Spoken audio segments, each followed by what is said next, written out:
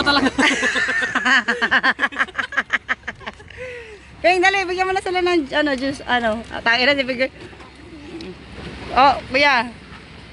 Okay, okay. Ping, ang dami fish, oh, ayun, oh. Wala kang pakialam sa fish, no? Kumakain siya, eh. Okay. Dandanin mo para magkagulo sila at doon. Dami, oh.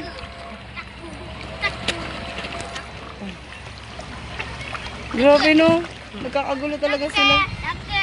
Ping, ano nang kinakain mo? Baka mamaya yung pagkain na ng isang kinakain mo, ha? Dali. Dali, Kong.